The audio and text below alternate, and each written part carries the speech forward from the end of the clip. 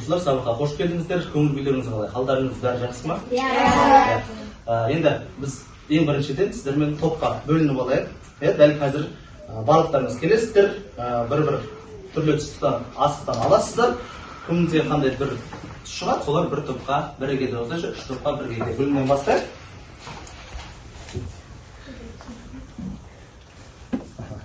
Сарылар бірінші топ, мына жаққа жиналасыздар. Аялар.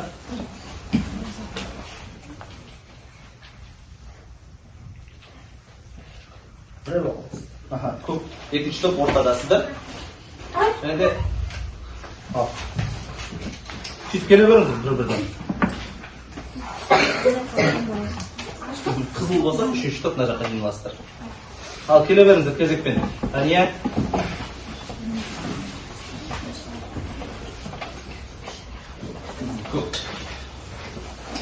Көк ортада, бізде.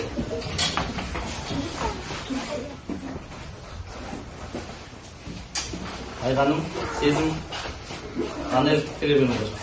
Сары мына бірінші топта. Тезіздер. Келе беріңіздер. Үшінші топта жақта, қызылдар. Ала беріңіздер.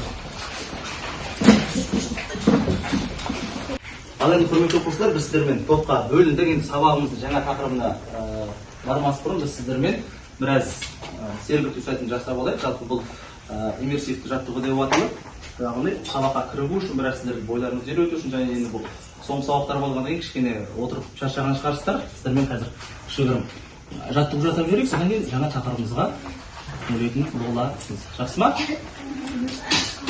Жақсы, бірге қайталаңыздар. Ордарыңыздар тұрсаңыздар болады, отырып келсеңіздер болады. Қалай ыңғайлы?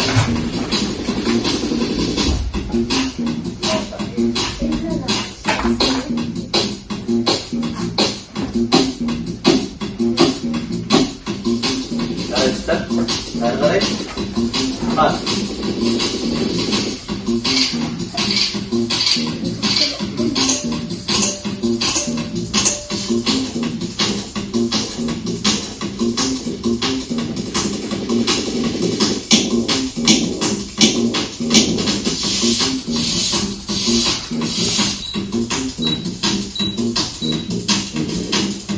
Енді тезірек жасаймыз.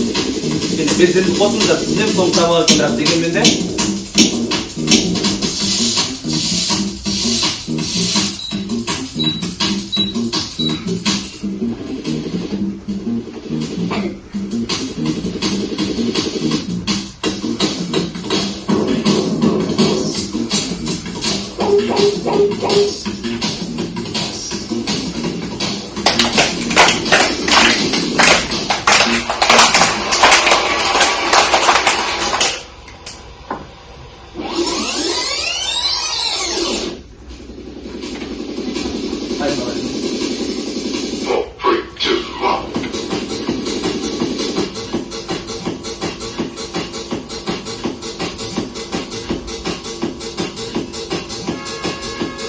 Рахмет, осындай жетістік деп ойлаймын.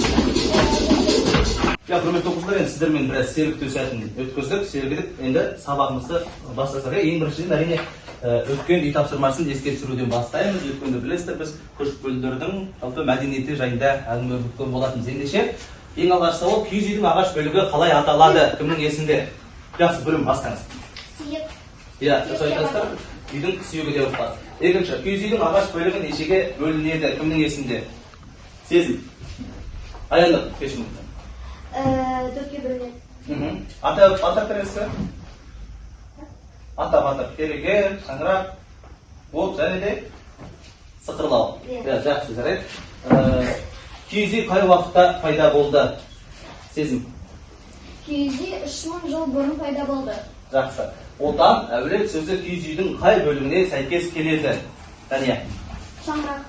Тамаша, шаңырақ. Және де шашпау дегеніміз қандай әшекей бұйым? Кімнің есінде? Аялайсың. Шашпау ол қызға тағылатын әшекей бұйым. Оны сыңғырлатпай және де белін тік жүруіне әсер етеді. Жақсы, қалып қосаңыз бар ма тағы? Қосыңыз. Айтыңыз. Кейде шашпауды тағады қыздың тәрбиесіне қарау үшін. Жақсы, дұрыс айтасыз, тамаша. Яғни өткен үй тапсырмасы бойынша бізде барлығы есте қалған екен. Енді жаңа тақырыпқа келетін болсақ, жалпы осы суреттерге қарап өздеріңіз не байқайсыздар? Әне 4 түрлі сурет тұр, әрқайсысының өзінің бір мәні мағынасы бар. Енді бұл біздің бүгінгі өтетін тақырыбымызға тікелей қатысы бар. Ойларыңызды ортаға салсақ, мысалы, бірінші суреттен бастайықшы. Бірінші суретте жалпы не көріп тұрсыздар? Мезгілі, жақсы. Ат, бүркіт. Енді бұл немен байланыстыруға болады? Өздеріңіз ойларыңызша. Жақсы білім айтып тұрыңыз.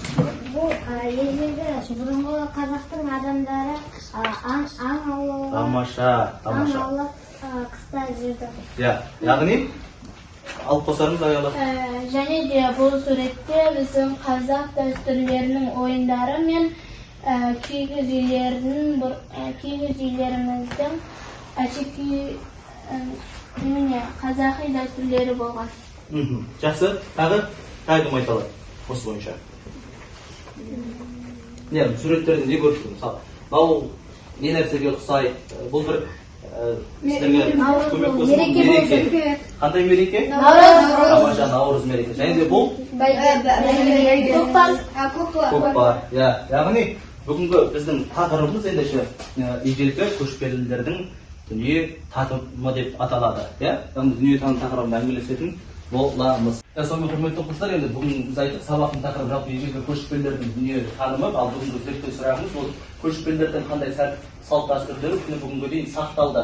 Оқу мақсатымыз ежелгі тайпалардың дүние танымын сипаттау. Соның ішінде біз сіздермен бүгін бағана суретте көрсеткен бірінші бұл Наурыз мерекесі жалпы қалай атап өтіледі, оның пайда болу тарихы қандай, қайдан шықты деген секілді, одан ежелгі көшпелілердің наным сенімдері және де үшінші бұл жаңағы айтқан көкпар ойыны, сонымен қатар саятшылық немесе жаңағы құсбегілік жайында әңгімелесетін боламыз.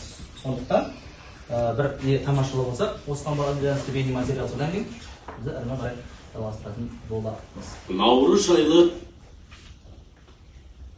не білесіңдер? Наурызды қай елдер тойлайды? Наурыз мейрамының дәстүрлері қандай? Наурыз мерекесі қандай сеніммен байланысты? Наурызға қатысты қандай ырымдар бар? Сұрақтарға жауап беруге тырысады. Наурыз жайлы не білесіңдер? Наурыз жаңа күн деген мағынаны береді. Наурыз жыл басы, жаңа жыл, күн мен түннің теңелетін уақыты. Ұлыс деген сөз мемлекет, ел деген мағынаны білдіреді. Сондықтан Наурыз мемлекеттің басты мерекесі саналады. Наурыз мерекесін тойлау дәстүрі дүние жүзі халықтарының көпшілігінің тұрмыс салтында бағзы заманнан бар. Кеңес өкіметінің алғашқы кезеңінде және енді сіздермен осы Наурыз мерекесі жайында жалпылама көкпар ойыны, сонымен қатар басқа да наным сенімдер туралы бейнематериал тамашаладық. Енді көшпелілер жаңа жылды қалай тойлаған?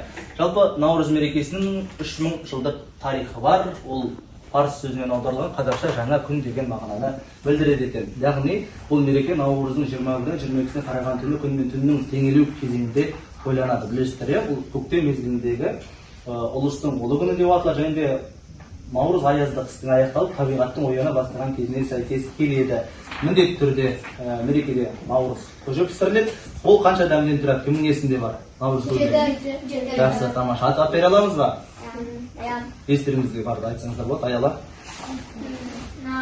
Наурыз көжені жіптен пісіріледі. Оны бидай, арпа және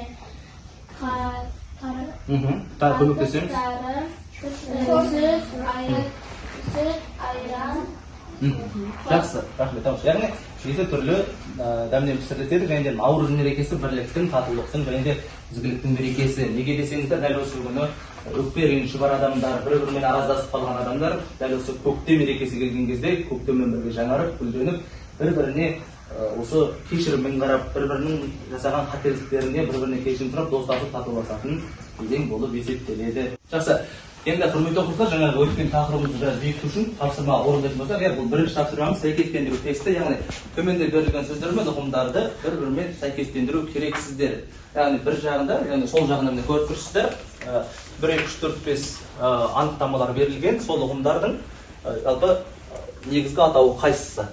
Бұл оң жағында берілген, соны жазасыздар. Енді былай жаза салуға болады, жаңағы барлығын жазып отырмас үшін уақыт үнемдейік, жаңағы бір, мысалы А, Б немесе С деп жауаптарыңызды жаза берсеңіздер болады. Ал енді бастайық. Уақыттарыңыз кетті.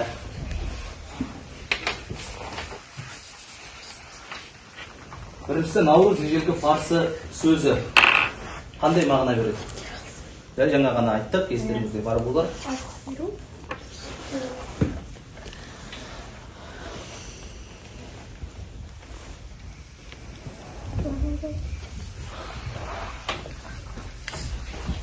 Екінші, қайтыс болған адамды еске алу рәсімі қалай айтылады? Үшінші сұрақ, ер адам бойындағы күш қуаты, еркіндігі, батырлығы сыналатын сәт. Төртіншісі, Наурыз мейрамын қай кезде тойлайды? Және де бастапқы кезде күнкөріс пен кәсіп түрі болса, бертін келе дәстүрге айналған.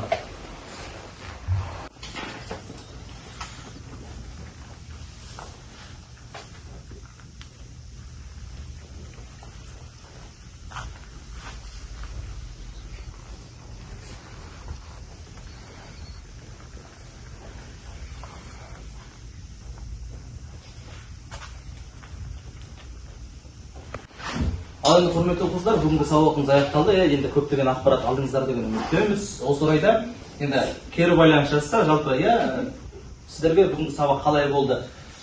Бәрі түсінікті, сұрақтар бар, және де мүлдем түсінбедім дегендеріңіз болса, келіп осы жерден жауаптарыңызды берсеңіздер, оң жақтан жазғайдан бастай берейік. Үстің бастай берсеңіздер болады. Рахмет. Келе беріңіздер кезектен. Сезім, Аяннұр, Ақындар. Аяннұр келе беріңіз. Анел.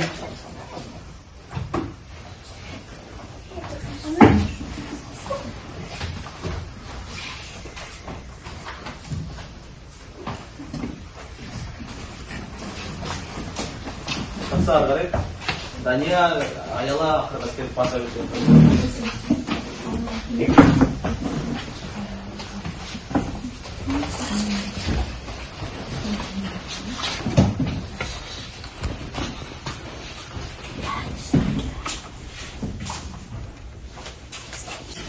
Ал енді құрметті оқушылар, бүгінгі сабақтарыңызға рахмет. Жалпы үй тапсырмасына келетін болсақ, ежелгі көшпелілердің дүниетаным тақырыбы бойынша 50 сөзден тұратын эссе жазып келесіздер. Жақсы, сіздерге рахмет. Келесі кездескенше сау болыңыздар. Сау болыңыз.